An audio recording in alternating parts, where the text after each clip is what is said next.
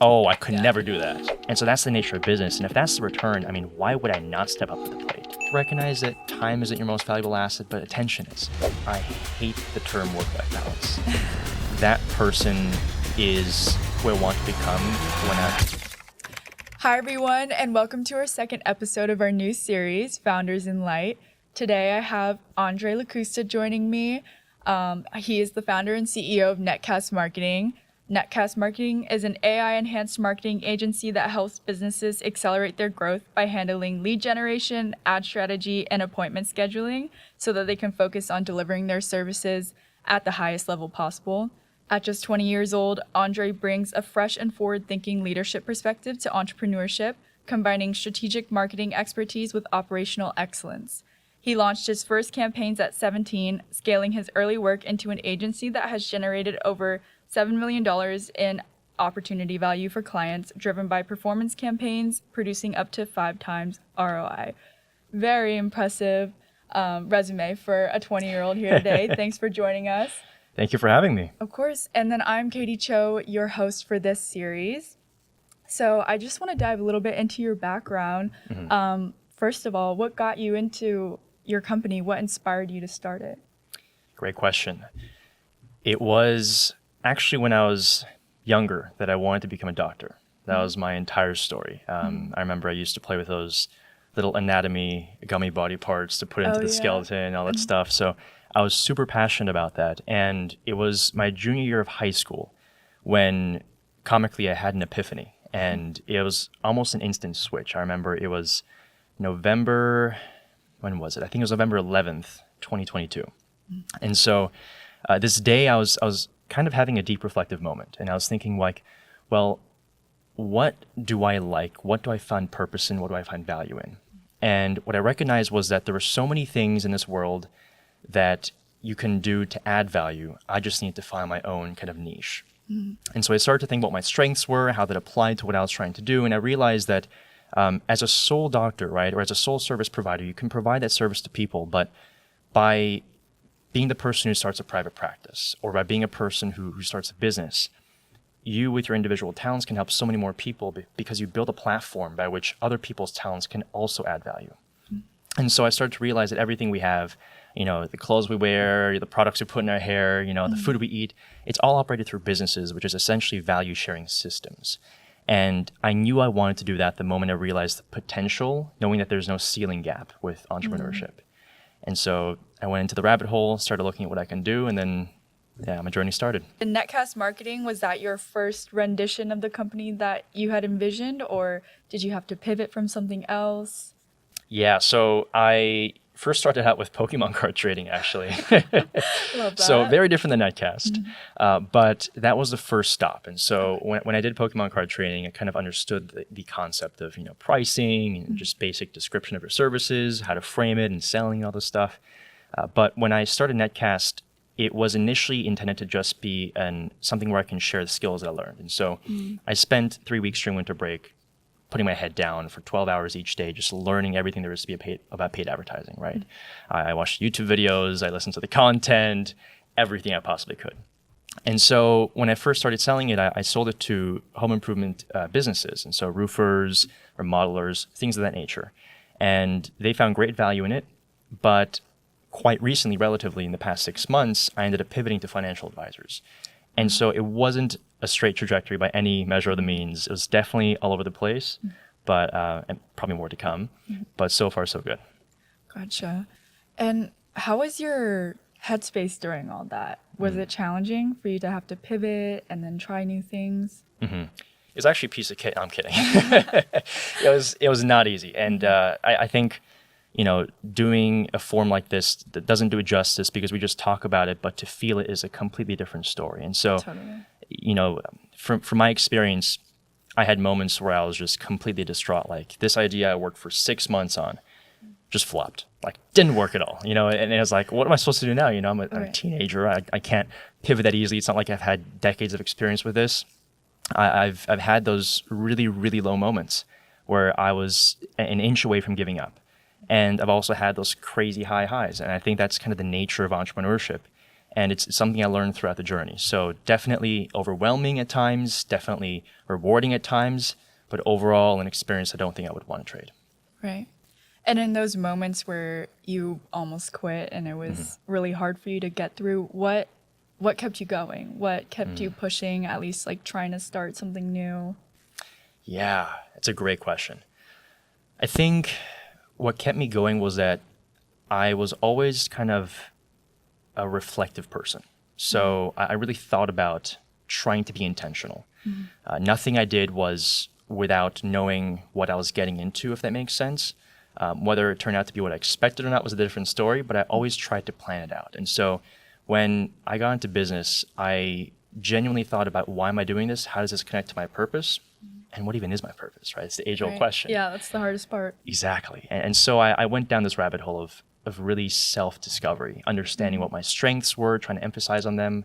Kind of a core value I learned was that, this whole world focuses on improving your weaknesses so that you're not falling behind. But I learned kind of the philosophy of not emphasizing weaknesses, but actually emphasizing strengths, because that's where you differentiate. And so I started looking at the greats like, Albert Einstein or LeBron James or, whatever in different categories, whether it be sports or science or anything else. And all of them were really good at one thing. And that's what they became known for. And so I started thinking, okay, if I emphasize my strengths, I can fit that into my purpose, and I can do some work that actually fulfills the gifts that I've been given. And so that's what I started kind of expressing through my work and finding purpose that kept me going. Wow. That's a very strategic way of looking at things. That's very impressive. So Andre, on this series, we play a little game. It's called Wave to Wave. So on each card in this deck of cards, there's a question on it. And last week, our very own Helen Wong, CEO of Oceanside Perspective, she pulled our card that we can answer today. Uh-oh. And then it is a deep one, just a warning. Ooh, I'm ready. And so then after we both answer, you're going to pull a card and then keep it a secret. That's going to be revealed at the end of this episode for our next guest to answer. All right, let's do it. All right. You want to give it a read? You can answer first. Let's do it. Okay, I'll read it out loud. What kind of character traits are you drawn to in people that, although compelling, can make for difficulties in relationships? Oh, this is a deep one. Okay, I got to think about this one. Let's see. Yeah, take your time. I'm thinking too. Wow, this is a deep one. This is fun, though. I think off the top of my head, some really good character traits is having a good idea of what they want. So someone who is intentional. I would describe myself as an intentional person, pretty cognizant about the actions I take, and I try to plan things out, albeit they don't always go expected to plan. But it's still nice to kind of have that pre-framed structure. And I feel like someone else who also has that character trait, who likes that type of lifestyle, I guess, is something that I respect. Now, the flip side of that is that it could be difficult because if something doesn't meet that expectation or doesn't have that perceived, outcome that they wanted, conflicts arise, right? Right. It's like, dang, this isn't what I wanted, or it's not really what I expected. And so I'd say that's what would make it difficult, but at the same time, it would be something that I would want to have in someone else, because I think having that, whether it be in a friend or, as a spouse or whatnot, any kind of these relationships, it makes two people almost push each other forward, right? Because if two people have a shared vision and both people are able to articulate that and also point everything they have towards that, then when one person kind of falls behind a little bit, which happens to everyone, the other person kind of, keep them up to pace, and it works mutually beneficially. So that's what I would say. I see. Good answer. Yeah. Your turn. My turn. I feel like one trait that I'm drawn to that is compelling to me, I would say, is stubbornness, or at least like stubbornness. I feel like can be both a good thing and a bad thing. I guess someone who stands their ground, I find that very admirable, because sometimes that is something that's difficult for me. But then also on the flip side, if it's on too far on one side of the spectrum, then it's like they're never willing to compromise, True. So that can sometimes cause difficulties. But in general, I think it is a very positive thing to to understand yourself and be firm about that, and know what you believe in and be firm about that as well. But maybe just somewhere more in the middle, like have confidence, be firm in what you believe in, but also be willing to compromise. Yeah, know what you want. Yes. And so now, Andre, you're going to pick a random card and then keep it a secret. We'll read it at the end of this episode. Okay. Let's make sure I pick a really hard one. I'm going to go with this one. Okay. Do I read it out or keep it a secret? Keep it a secret. Secret. Okay. Yeah. Now I can see it then. Oceanside Perspective is built on the L.I.T.E framework, leadership, innovation, technology, and entrepreneurship, and how all of them are sort of interconnected and build off of one another. So we actually have a game today. It's just, you're going to roll this dice, and then whatever side you land on, L-I-T or E, you're going to answer a couple questions in that category. All right, let's do it. Let's hope this stays on the table. I got red. Okay, so that's going to be entrepreneurship. Here we go. Okay, I think the most basic question, like founder market fit. Why you? Why Netcast Marketing? Where does this fit into our current market? So moving back to the beginning, I had no experience with anything. So the real answer was there's no reason why it should be me, right? And that's where I started off. But you start to realize that there's no reason why it should have been anybody at the beginning. And over time, consistency compounds. And so I, with the most vigor that I can possibly imagine, was trying to understand the idea of advertising, of marketing, something that I kind of found my niche in, and a way to kind of express my strengths. And so during that time when I was talking about my winter break and during that 3-week period where I spent 12 hours a day just kind of digging into it, I learned a lot. Honestly, I think a lot more than most people do over the course of a few years. And it's not just saying that on the surface. Like, I genuinely learned enough to where I can make my first sale 3 months afterwards. And I helped that business grow significantly, almost double their yearly revenue. And so I think for me, that was kind of an indicator of reinforcing my founder market fit, because I realized that, yeah, there's something I can provide here, actually. Like, it's not just like I learned it and I had, the conviction that I can do it, but then once I realized the value I could provide and the realistic effects it produced, I recognized this isn't just something that I'm trying to convince myself is real, but it's something that other people are telling me. And in that way I knew, like, okay, well, this is the right market for me. I see. Yeah. So maybe objectively at the beginning, there wasn't a place for you, but you made that. You made your own place. 100%. Love that. So were there any obstacles in the beginning? Like, how did you make your first sale? Who were these people that you reached out to? Yes. So my first sale was a consulting company. And so it was actually nowhere on the trajectory that I wanted to be on, right? Because I started with home improvement. Right. And that's where most of my clientele was at the time, but afterwards. But the first sale that I made was actually a consulting company. And so I offered services to them, essentially telling them, like, hey, well, this is what I do. I just started this off, but I recognize that people in your industry, people in your space aren't using leverage with this amazing opportunity that I have skills in. And the worst case scenario, because you're already living paycheck to paycheck in the sense of, like, their margins were like paper thin, they're making amazing revenue, but they weren't really flying by any means. Right. And I said, if I can even help you increase your margins by like 5%, you're going to be so much better off than what you currently are. And so what do you have to lose? And so I essentially got the opportunity for them to share their books with me, share what they had going on, and let me into their business to see if I can help. And it worked out, like I said, and it turned out to be really good. And they were happy and I was happy. So that's kind of how my first sale went. Got the ball rolling. Exactly. Did you just like cold call them, cold email? How did you get in contact with them? Yeah, it was funny. So I did a lot of cold calling for sure. Gotcha. I did that. I think I did over 100 calls a day when I was first starting off over the summer. So I recognized that the time around lunchtime was the best time to call because, they were out having a break, they weren't on the field, things of that nature. But the first client actually was in person. And so that was a little bit different and arguably more difficult, but you learn a lot more from that. And so I was nervous. My hands were shaking. I was stumbling over my words. Like, what makes me think that this guy over here will give me money to do something we had just learned a few weeks ago, right? But it turned out to be one of the best things I ever did because it kind of threw me into the deep end and it taught me how to survive and then eventually thrive. Right. Yeah, I agree with you. I feel like that's the best way to learn sometimes is just to turn your head off, dive straight in, and figure it out from there. I'm curious, did anyone have reservations towards you because of your age, experience level?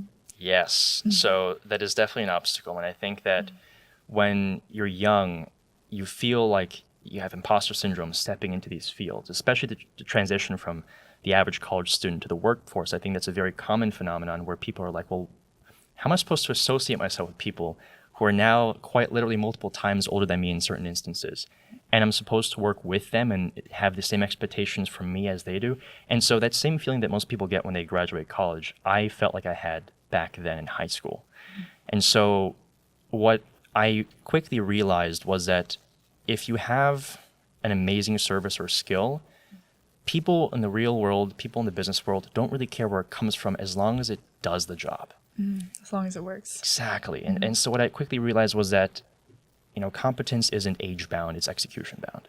And if I could simply demonstrate that I know what I'm doing, I can provide you with results, and it's a system that's worked for others in the past, they don't care if a 2-year-old selling it or an 80-year-old, as long as it does the job. And I think that's kind of how I ended up getting my traction. Wow. Very impressive. And so I feel like just in the 15 minutes that I've been talking to you, it's clear that you have a very strong, you're very strong-willed, have a very strong entrepreneurial mindset. Did that ever falter for you, that headspace that you've been in? Yeah, I've always been really obsessed with building, and so in that sense, no. But have I ever doubted that this was my path, like this was my calling? 100%. Like I said, those times where I was just down, it was like, well, am I supposed to be going through this hard of a time? Like, is this really supposed to be happening? And in the moment, it felt like, time just stretched out. The hard times just felt long and grueling. But I knew that, well, there was some merit to what I was doing because people have been helped by my services in the past, notably that first client. And so if there is that indicator kind of reinforcing my conviction for my services, if I can replicate that over and over again, just think about the amount of people I can help in the future. Right. And so that's what kind of kept me going. Gotcha. So like the bigger vision kept you going. Yes. And so obviously in your time as a founder, you've had to be a little bit scrappy with your 100 cold calls a day. Definitely some rejection therapy there. Oh, yeah. So in your daily life now, you're 20 years old, have helped so many companies out so far. How do you define balance in your daily life? How do you keep pushing and pushing while also understanding that your own limits and you don't want to burn out? I have a hot take, which is I hate the term work-life balance. And not because of why most people think so. And so the reason why I say that is because the term nowadays is used typically for having your 24 hours in a day and sparsing out certain percentages towards different obligations you have, whether it be social life and family and work and resting or whatnot. But what that creates is almost a sporadic mind, right? I don't think the human brain is built to multitask. And usually that's used in a short-term context where you're focusing on certain tasks, like, I don't know, typing while reading or something, you switch between tasks and it's not optimal for either. Right. But the same is applied in your day. And so what I've learned, which became a really good, almost life philosophy, was if I go ahead and have work-life balance across a longer time horizon of, let's say, months, then I'm actually significantly more successful in each of those areas that I want to balance. So I have a period of my life, almost a chapter, where I sprint in terms of business and professional work and, moving forward in that avenue.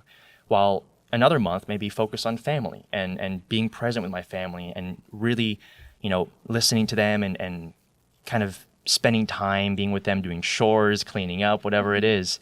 And then another time is just spent on having fun with friends and networking and connections. And so I feel like that put me into a better mindset because I didn't need to quickly switch back and forth between different modes of thought, I'd say. So that's how I've been able to juggle all these things, just kind of going in one avenue, going all in, sprinting in that direction. And then when I felt like I fulfilled my short-term goals, meaning a few months with that one, switching over to the next one.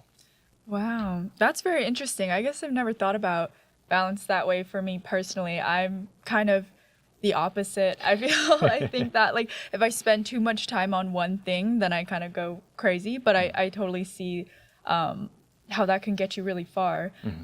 Has there ever been a moment where those priorities sort of conflicted before you wanted to move on to that?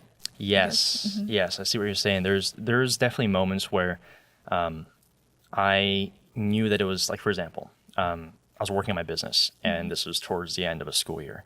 And that last kind of section of the school year, I wanted to really sprint forward, get as much as I can done, so that once break hits, I can spend a lot of time with my family. Right. And I didn't get all the goals I wanted to get done before the end of the school year hit. And so there's this kind of transition period once I ended up actually going home for summer break and still trying to, attain those goals for the business, where it wasn't the most optimal because I didn't actually cut down my load from either of them. I just piled both on top, right? Yeah. And what I realized, however, is that that's the kind of situation that people find themselves in every day when they try to sparse up their days, because they're quite literally stacking everything on top of each other in a 24-hour period. So while it wasn't fun, it made me realize, well, I'm much better off with this for me personally than, the 24-hour, work-life balance model. Right. Hi, Oceanside Perspective community. Here we are today with the Oceanside Perspective founder and CEO, Helen Wang. Helen, can you tell us a little bit about OP for the viewers that are new or who may not even know what OP is about? Yeah, so Oceanside Perspective, I would say, well, first of all, we are content creator for the purpose of education. And we are a nonprofit, so we really care about our mission and impact. What is our mission? We have a tagline called Light Beyond Generation. So hopefully that people who are really interested to learn more about the leadership, innovation, technology, and entrepreneurship, which is a short light across generations. You found what works for you. Precisely. And that's what matters. Going back to your experience, your beginning experience, having to make those cold calls and challenge yourself to talk to these people even when you were nervous, do you have a philosophy or an ideology that helps you keep calm in those situations? Good question. I think there's a quote that I heard, which is that volume negates luck. And so it's just a matter of repetitions, a matter of time that you use until you actually get to the goal that you want to get to, right? We can't control what hand we're given when we're born. We can't control our strengths or our weaknesses in terms of just our natural inherent will, right? But we can control what we do with it and how we use one of the most valuable resources, which is time. And so I recognize that, well, I may suck at doing something, right? Right. But it's kind of necessary to get where I want to go. So what are my options? I have two options: quit or keep going. Right. And so I kind of muscled through the pain, because I think that willpower isn't a general philosophy that works well with everything, but in certain periods of your life, you definitely need to willpower your way through it. Right. And especially during those beginning stages, I willpowered my way through it, understood that this was necessary as part of the process, part of the journey. And it became fun, because challenge is what makes things worth it. And that's the lesson I quickly learned. Right. Embrace the grind. Yeah, exactly. Yeah, no, I've definitely heard that as well. Like, I think there's this quote, it's sucking at something is the price you have to pay to start something new and be good at it. So that's basically the same thing as what you said. Love that. And my next question too, so obviously you're very young. So if you could give one piece of advice to someone your age who wants to lead or build something, what would it be? I think consistency compounds while clout decays. And so don't focus on being popular. Don't focus on trying to get your name out there, right? If you focus on what you're good at, that by itself will speak, right? The results will speak for themselves. I see so many people trying to be flashy, right? Whether that be, the typical stereotype on social media, flashing their stuff that they get, or even just in a day-to-day, they quickly resort to, oh yeah, well, this is what I learned, and this is who I am, and look what I've achieved. But at the end of the day, if you genuinely focus on your craft, you will become known by default, and it won't be superficially. And so people who are afraid of, well, won't people not like me if they don't see what I've done in order to value my utility of who I am? I think utility is more so essentially better expressed through authenticity. So it's better to be authentically rejected than inauthentically accepted. So be who you are. All right. I really like that. So what kind of mentorship or guidance from older founders has actually landed with you, and what feels genuinely useful versus just outdated? Yeah, another great question. I think there's so much to learn from people who have done it in the past, right? They've already gone through that process. But at the same time, there's a lot of things that are kind of not the same, especially with the digital era. Computers came about, the internet came about. Now with AI, information is just valued so much less. And so I think it's important to pick and choose which pieces of advice are actually relevant to younger people nowadays. With that being said, there are certain pieces of advice that I think are timeless. And so two that come to mind immediately are wisdom and consistency, work ethic, in other words. And so with wisdom, right, these are things that are timeless. They're kind of laws of the land that don't ever go out of time because they're known truths, right? And so understanding the wisdom, and this is very general, but understanding the wisdom that they share in terms of approaches of life or perspectives to look things through with, those are always valuable. And those are only attained through compounded decades of experience, something that we as younger people don't necessarily have yet. So definitely listening to that, because if you can shortcut getting the same information that took them decades by just listening to what they're telling you in a few seconds, why wouldn't you, right? Right. So wisdom is definitely one. Other one is consistency / work ethic. There's very few things that beat that, right? You can work hard and you should work hard, and you also should work smart, but at the end of the day, people focus on optimizing everything, getting the most bang for your buck. What if you just focus on getting the most bucks, right? Right. So just sometimes there's a necessary moment to just muscle through it, while obviously making sure you're running in the right direction, but doing the grunt work when necessary. Right. Who's been your biggest mentor so far? Ooh, that's a great question. Biggest mentor. I would have to say, I'm gonna steal something from Matthew McConaughey. Sounds good. I'm gonna say myself from 10 years from now. And the reason why is because that person is who I want to become when I've maximized the potential and done everything I wanted to do in the moment leading up to that moment. And so if I listen to what that person would tell me, like, hey, maybe you shouldn't be doing this, or maybe you should invest more energy into this, or, recognize that time isn't your most valuable asset, but attention is, things like this. You start to think, okay, well, the person I want to become is telling me certain things that I should do. Maybe I should do it, right? Right. And so just kind of having dialogue with that person 10 years in the future has been really instrumental. And of course, I've had my number of mentors, here during my time. But I think that's been one of the most useful perspective shifts that I think everyone can tap into, which is talking to themselves 10 years from now. Wow. I've seen that speech. Yeah. That documentary. I used to be an athlete, a swimmer, so I'd watch all these Me too. Really? Yeah. Really? Yeah. A swimmer? The more you learn, for 10 years. 14 years. No way. Wait, Dang, you got me beat. Where are you from? I'm from LA. So What team were you on? Class Aquatics. Class? I was on Armada. Oh, I've heard of him. Yeah. Yeah. Wait, what was your stroke? Fly. Oh, nice. Flying free. Wait, That's me fun. too. I did 2 fly, 5 free. Oh, I could never do that. It was not fun. Mid to long. Wow. I respect that. Oh my gosh. Well, yeah. So being a swimmer, I was always watching those motivational videos and stuff. I was actually gonna ask if you were an athlete, because I was like, this mindset I feel like is so competitive athlete. Yep. But I also have sort of adopted the same perspective, or in very small ways. Like if my room's a mess and I'm like, I really don't want to clean it, then I'm just like, but future Katie would really appreciate it, and so that has been really helpful, viewing my future self as a whole outside entity that is proud of me and loves me and wants the best for me. So 100%. it's really cool. And so pivoting a little bit more towards your company itself, how do you keep your clients, so humans, in the loop in an age where marketing can become so automated? That's a really good question.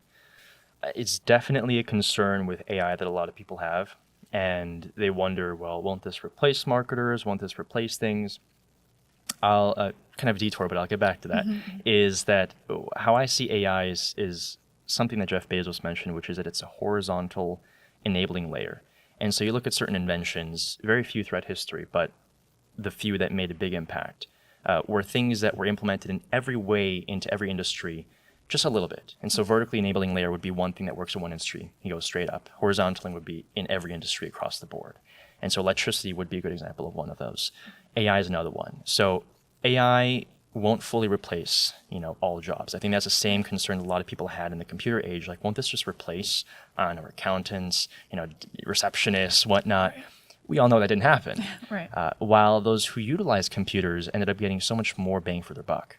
So those who utilize AI and use it as a tool rather than thinking of it as a replacement actually compound the skills that which they have. And I learned this through a case study I was analyzing, which is there was a website building competition, and they used an AI tool to essentially aid them in this competition. And the web designers, who already had a base set skill of knowledge, compounded their work with the use of AI to build phenomenally working websites. While in the meantime, people who had no website experience, they just got mediocre results. And so AI essentially accentuates what already exists. So with that being said, the way I keep people in the loop, the way I kind of make sure that my marketing doesn't kind of fall out of popularity is by making sure I'm staying on the horizon, the edge of innovation. And that means implementing AI. That's why I'm an AI enhanced marketing agency. We do different things, and we can delve into this later too, but we integrate AI into every aspect of the system. And so that's been really something that made our service different than the rest and made our clients happy because of it. Right. So in an age where AI and technology in general is just like constantly innovating, how do you keep yourself curious about all this innovation, but also grounded in what works? Another great question. I think I'm a person who likes to take opportunity, and so you can hate the game or you can play it. So there's the criticisms revolving around AI and different things, but in my perspective, it's inevitably the future. Right. And so might as well learn how to use it really well, matter of fact, and then be one of the people who potentially could use it for the betterment of society. And so I'm making sure that I'm staying up to date with AI news because things are, as you know, ever changing each day. It's a brand new thing that pops up.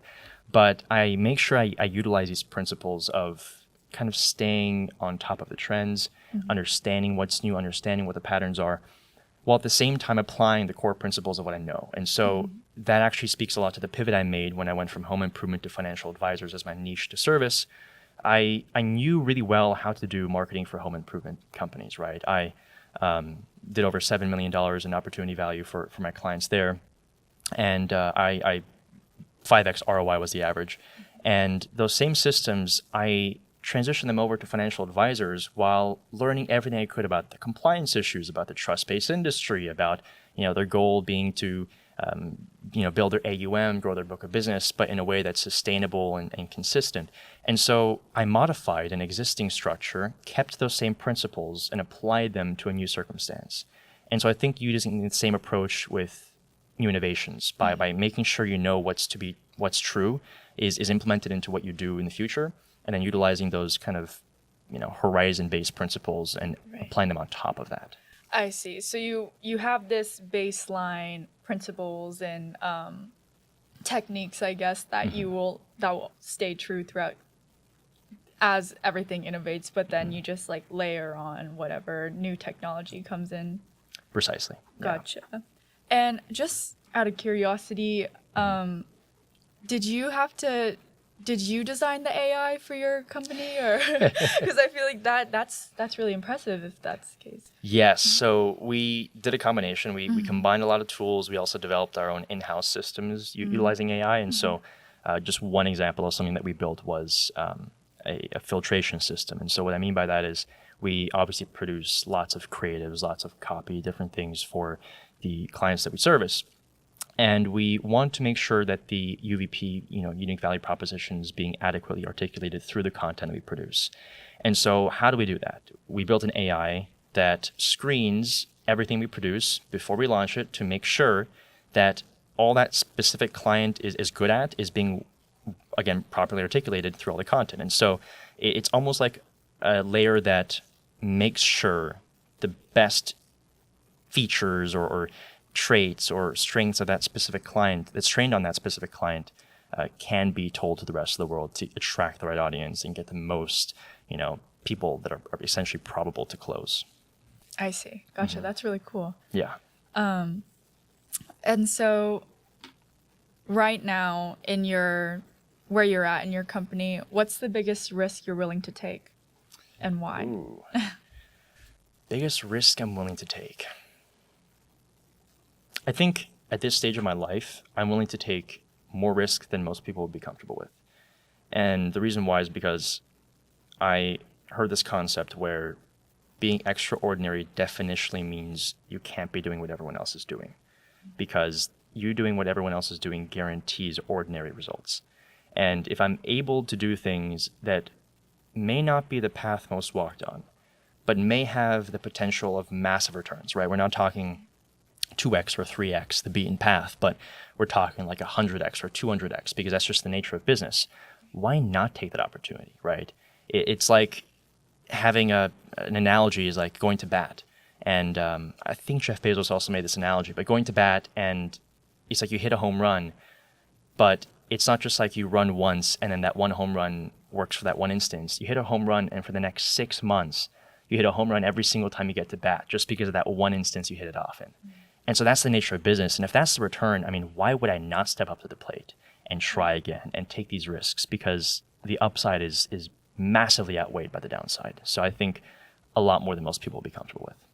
Wow, very impressive. And I agree. I feel like, especially at this age too, there's like not, I guess, everything to lose. Like, I don't know if you have a family yet, like a wife and kids, but I do have mother and father, but we're not at that stage yet. yeah. So there's like less of those stakes to lose. Yeah. And if you do fail at whatever risk you take, then at worst case scenario, you learn from it. And best case scenario, it launches you really far. Exactly. Okay, Andre, now we've reached the end of the episode. Can you read the card? Yes, let's do it. The question is, what do you think you should laugh about more often? Ooh, It's an that one's interesting fun. one. That one's fun. That's a little bit less serious, but I like that one. I like that one too. Okay, so for our next guest, be ready. So to conclude our episode, we're just going to recap some of the things that Andre and I talked about.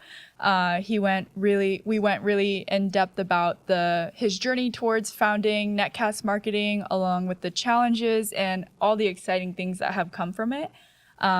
He has shown such resilience in the face of challenges, especially as such a young entrepreneur. And I think that's something that we can all take inspiration from. And Andre, what are 3 takeaways or a couple takeaways you have from our podcast? Couple takeaways. I didn't know you can swim. That's cool. I know, That's very same, cool. Yeah. I have to throw a fun takeaway in there, so I had to mention it off the bat.